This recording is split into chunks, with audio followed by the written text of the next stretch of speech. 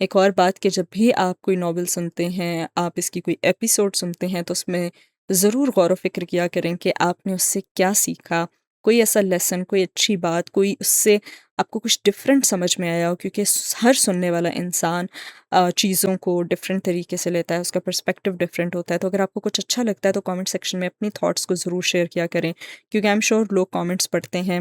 Next episode, video بہت اچھی ہے، آواز بہت اچھی ہے، اس طرح کے کامنٹس بھی ہمیں اچھے لگتے ہیں، لیکن اس سے زیادہ ہمیں یہ اچھا لگے گا کہ اگر آپ نے اس ناول سے، اس ایپیسوڈ سے، اس میں کچھ بھی مزے کا سیکھا ہے، کچھ اچھا سیکھا ہے، کچھ فنی سیکھا ہے، اس کو آپ کامنٹ سیکشن میں لکھیں، کیونکہ ہر پڑھنے والا انسان آپ کے کامنٹ کو پڑھے گا، آپ کو فیڈ بیک دے سکتا ہے۔ میں بھی پڑھ رہی ہوتی ہوں تو مجھے بہت اچھا لگتا ہے کہ ایک ڈسکشن ہوتی ہے وہاں پہ کہ ہاں آج کی ایپیسوڈ میں یہ ہوا، تو اس پہ کیا فیڈ بیک تھا، کیسا لگ رہا ہے سب کو، یا اس سے کسی کو شاید کوئی ڈفرینٹ چیز پتہ چلی ہو جو میں نے مس کرتی ہو۔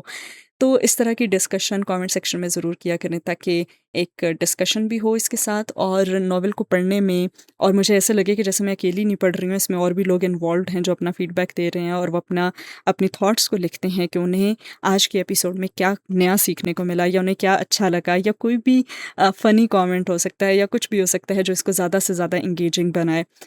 اگر آپ کوئی اچھا لیسن یا کوئی اچھی بات لکھتے ہیں اور اس سے کسی کو فائدہ ہوتا ہے تو یہ بھی آپ کے لیے صدقہ جاریہ بن سکتا ہے۔